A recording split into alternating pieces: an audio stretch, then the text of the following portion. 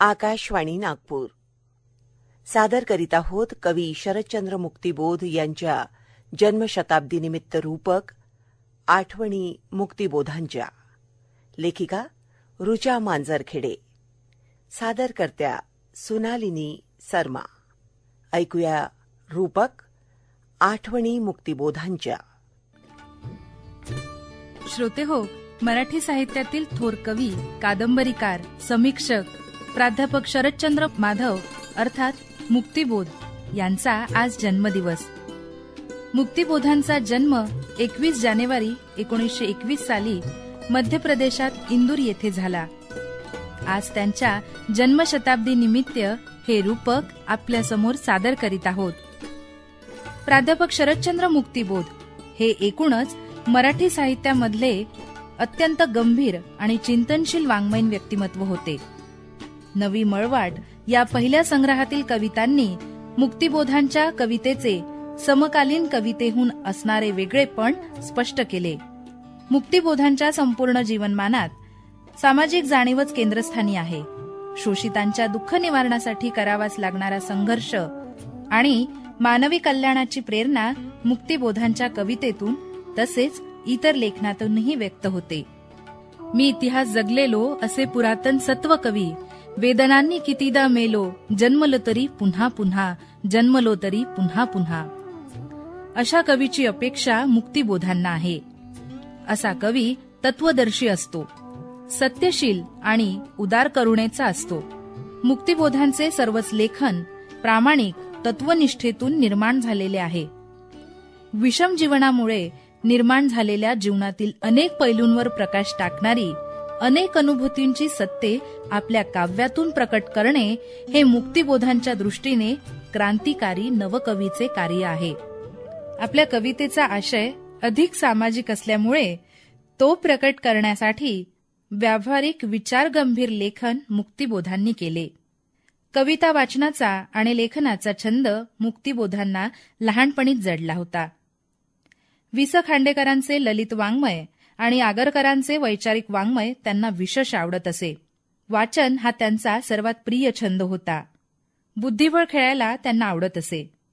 फिरण्याचा शौक त्यांना होता. निसर्गाशी त्यांचे खूप सख्य होते. निसर्गात ते तन्मय व्हायचे. मुक्तिबोधांची एक निसर्ग कविता आहे. नाही कसली हुरहुर, नाही कसली हुरहुर, नाही कसलीही खंत, निळ्या आकाशाखाली हासे सागर निवांत. आली तुफाने विराट, त्यांचे धरून या हात, दिली सहजी परतून, गेली लवून मुकाट. आले गुलाबांचे गुच्छ आणि कलिका टपोर, दिला आनंद शिंपून, सांज मिटते समोर. नाही कसली हुरहुर, नाही कसलीही खंत, आज विसावे माझ्यात तुझे ऐश्वर्य अनंत. निळ्या आकाशाखाली हासे सागर निवांत, निळ्या आकाशाखाली हासे सागर निवांत. कवी आणि कविता यांच्या निराळ्या संदर्भातील शक्तिरूपे आपल्या काही कवितांमधून मुक्तिबोधांनी प्रवर्तित केली. काळोखाच्या या बादशाहीच्या पार्श्वभूमीवर मुक्तिबोध क्रांतिकुलाच्या कवितेचा जाहीरनामा आपल्या कवितेतून मांडतात. नवे तुषार प्यायलेली, सौंदर्याच्या ओवीचा गोड प्रारंभ असलेली हिरवीगार वनस्पती ही जशी पृथ्वी आणि आकाश यांच्या महामिलनातून जन्माला येते, तशीच कविता जन्माला येते, असे कवी मुक्तिबोधांचे मत होते. ते म्हणतात, यातनाची ही काळी डहाळ, तीस लागले ज्वालेचे फुल. अशी कविता मुक्तिबोधांना हवी होती. प्रकाशाच्या सागरावर काळे पहाड कोसळून निर्माण होणाऱ्या ध्वनी प्रतिध्वनींमधून निर्माण होणारे अनावर असे प्रकाशगीत म्हणजे नवी कविता. कवितेच्या पदरात हरवलेपण सर्वत्र टाकले जाण्याच्या काळात मुक्तिबोध कवितेचा असा शक्तिघोष जयघोष करतात. कवितेच्या विराट, पराक्रमी आणि उग्र रूपाची ते आराधना करतात. यामुळेच त्यांच्या नवी मळवाट या काव्यसंग्रहास विदर्भ साहित्य संमेलनाचे पारितोषिक लाभले होते. मराठी साहित्यात शरदचंद्र मुक्तिबोध हे नाव अतिशय आदराने घेतलं जातं. त्यांच्या वेगळ्या प्रकृतीच्या लेखनामुळे कादंबरी, कविता आणि वैचारिक समीक्षणात्मक अशा विविध वाङ्मय प्रकारात मुक्तिबोधांनी लेखन केलं आणि तिन्ही प्रांतात त्यांनी स्वतःचा असा वेगळा ठसा उमटविला. ललित लेखन आणि त्यामागची वाङ्मयीन भूमिका, विचारधारा एकाच वेळी मांडणे आणि याचवेळी जाणीवपूर्वक पूर्वसुरी ललित लेखनाची तपासणी करीत ही मांडणी मराठीत फार कमी कलावंतांनी केली. त्यात एक महत्वाचं नाव म्हणजे शरदचंद्र मुक्तिबोध. मुक्तिबोधांनी 3 कादंबऱ्या, 2 कविता संग्रह आणि 3 समीक्षणात्मक सैद्धांतिक पुस्तके अशी एकूण 8 पुस्तके त्यांनी लिहिलीत. क्षिप्रा, सरहद, जन हे वोळो तू जेथे या कादंबऱ्या, नवी मळवाट, यात्रिक हे कविता संग्रह आणि काही निबंध, जीवन आणि साहित्य, सृष्टी, सौंदर्य आणि साहित्य मूल्य ही समीक्षणात्मक सैद्धांतिक स्वरूपाची पुस्तके त्यांनी लिहिली. त्यांच्या सृष्टी, सौंदर्य आणि साहित्य मूल्य या पुस्तकाला 1979 सालचा साहित्य अकादमीचा पुरस्कार सुद्धा त्यांना प्राप्त झाला. आपल्या काव्यातील विजेचा प्रवाह थेट वाचकाच्या मेंदू प्रांतात आणि हृदय प्रांतात भिनावा ही मुक्तिबोधांची धारणा असल्याने त्यांच्या काव्यशैलीला अत्यंत रोखठोक, निर्णायक रूप प्राप्त झाले आहे. समाजक्रांतीचा विचार असो, प्रेमाच्या नाजूक कळ्यांचे लावण्य असो, निसर्गाशी चाललेले हितगुज असो की अध्यात्माच्या वाटेवरील जीवाचा शिवाशी चाललेला सलगी संवाद असो, मुक्तिबोधांची शैली आपला थेटपणा सोडित नाही. कवी मुक्तिबोधांना त्यांच्या वडिलांकडून अर्थात माधव मुक्तिबोधांकडून त्यांना न्यायीपणा आणि नैतिकता आणि आईकडून संवेदनशीलता आणि ग्रंथवाचन याचा वारसा लाभला. हिंदीतील युगप्रवर्तक कवी गजानन माधव मुक्तिबोध हे शरदचंद्र मुक्तिबोधांचे वडील बंधू. त्यांनी मुक्तिबोधांभोवती समकालीन संदर्भांनी धगधगणारे जिवंत वाङ्मयीन वातावरण उभे केले. गजानन मुक्तिबोध हे तर विलक्षणच मनस्वी होते. त्यांची काव्य वाचनाची आणि लेखनाची तंद्री काही औरच होती. अशा या वडील भावाच्या सहवासात मुक्तिबोधांना आपल्या व्यक्तिमत्वाच्या निराळेपणाची तीव्र जाणीव होत गेली. त्यांची वृत्ती वास्तववादी, अंतर्मुख होत गेली. चला तर जाणून घेऊया शरदचंद्र मुक्तिबोध एक वडील म्हणून कसे होते, त्यांच्या चिरंजीवाकडून अर्थात प्रदीप मुक्तिबोधांकडून. माझे बाबा प्राध्यापक शरदचंद्र मुक्तिबोध यांचे जन्मशताब्दी वर्ष 21 जानेवारी 1921 ते 2 नोव्हेंबर 1984 हा त्यांचा उणापूर्व 63 वर्षांचा कालखंड. मराठी साहित्य विषयात भरीव कामगिरी करणारे एक अद्वितीय. माझे बाबा प्राध्यापक शरदचंद्र मुक्तिबोध यांचे जन्मशताब्दी वर्ष 21 जानेवारी 1921 ते 2 नोव्हेंबर 1984 हा त्यांचा उणापूर्व 63 वर्षांचा कालखंड. मराठी साहित्य विषयात भरीव कामगिरी करणारे एक अद्वितीय व्यक्तिमत्व म्हणून मी त्यांच्याकडे पाहतो. मला आठवते ते त्यांचे कळवे व्यक्तिमत्व, भेदक नजर, कुशाग्र बुद्धी. आमच्या बरोबर ते फुटबॉलचे 2-4 किक मारत असत.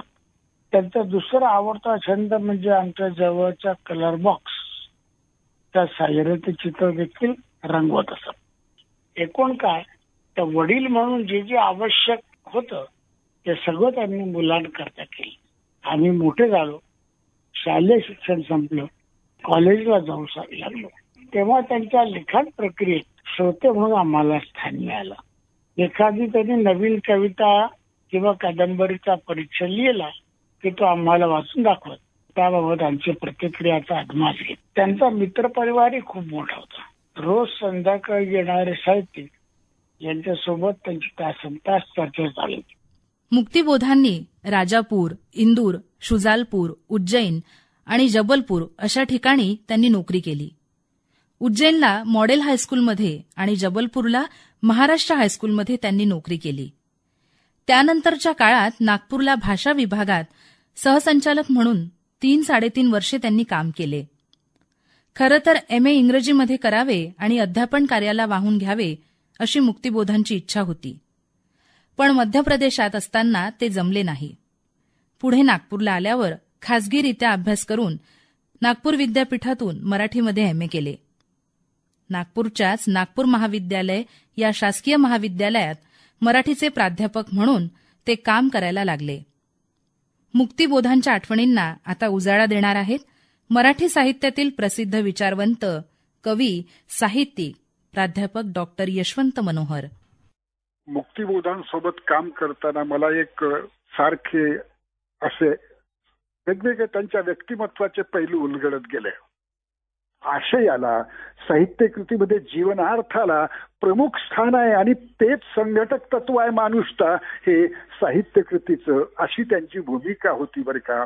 आणि म्हणून हा मनुष्य, हा प्राध्यापक एकूणच मराठी साहित्यामध्ये असे मोक्याच्याच ठिकाणी उभा आहे, जो कलावादाला उद्ध्वस्त करतो आहे.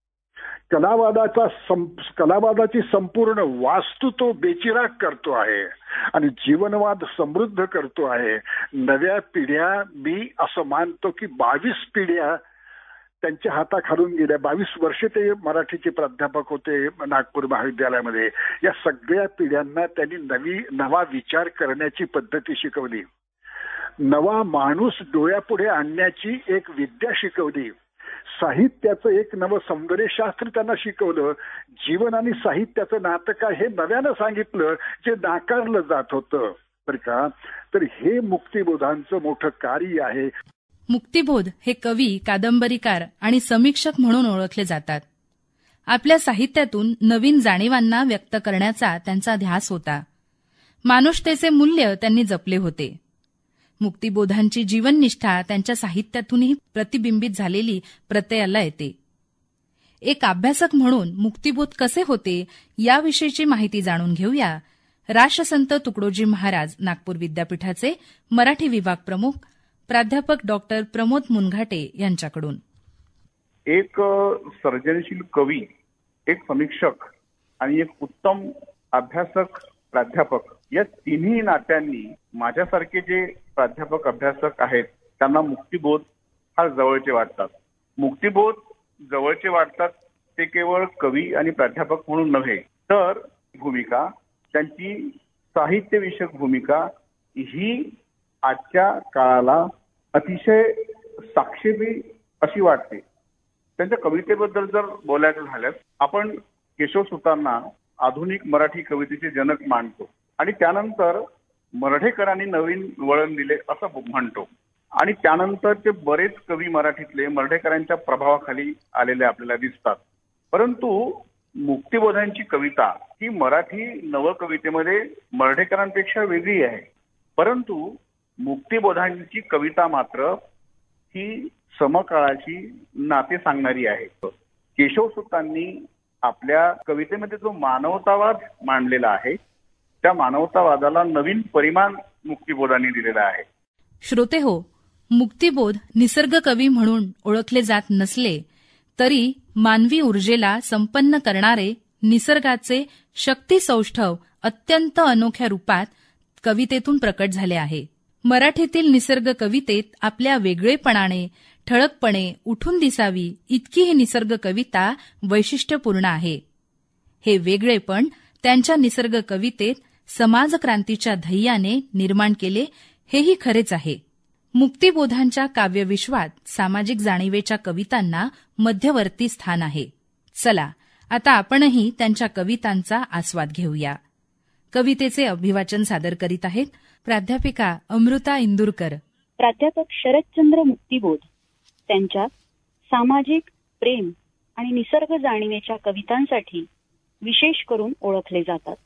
सत्याच्या जातीला दुःख असे मिळणारच, सत्याच्या जातीला दुःख असे मिळणारच, दुःखातून करुणेचे मर्म सहज कळणारच. सत्याच्या वन्हीने उजळतात जी दृश्ये, सत्याच्या वन्हीने उजळतात जी दृश्ये, ते सारे व्यर्थ असे दुनिया ही म्हणणारच. वरवरचे देखावे वरवरचे भास नव्हे, वरवरचे देखावे वरवरचे भास नव्हे, व्यंगचित्र हे केवळ सत्याला दिसणारच.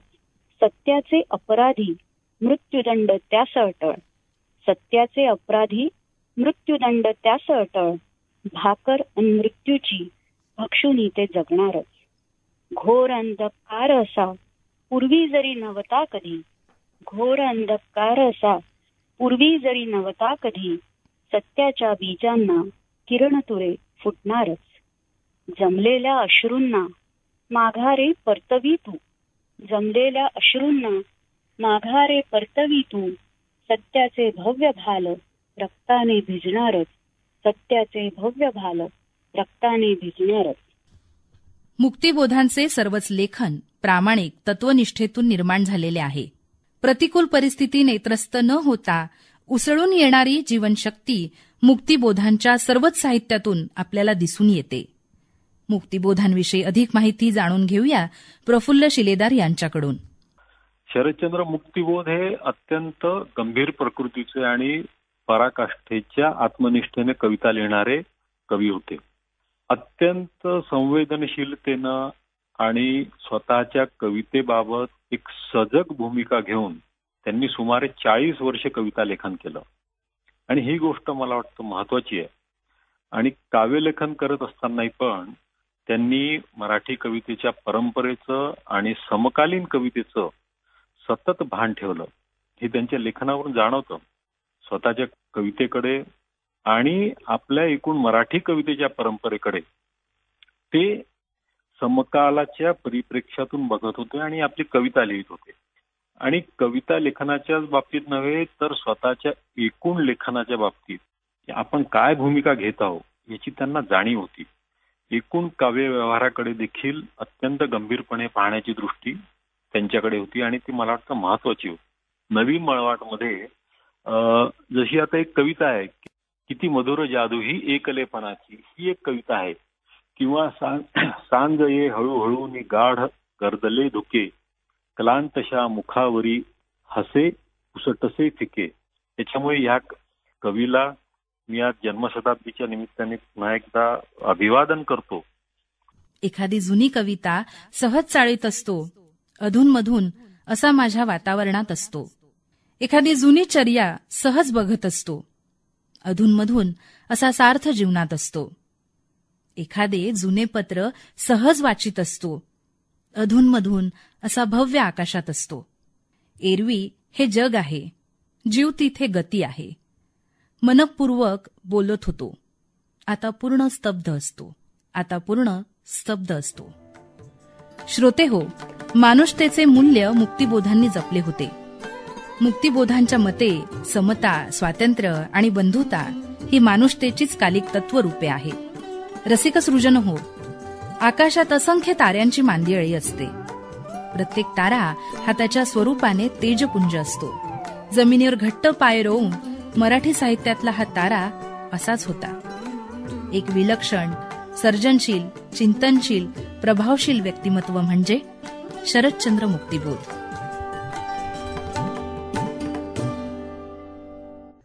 आठवणी मुक्तिबोधांच्या कवी शरदचंद्र मुक्तिबोध यांच्या जन्मशताब्दीनिमित्त रूपक आपण आत्ताच ऐकलत. लेखिका आणि निवेदन ऋचा मांजरखेडे यांचं होतं. विशेष सहयोग सचिन लाडोळे यांचा. सादरकर्त्या सुनालिनी सर्मा.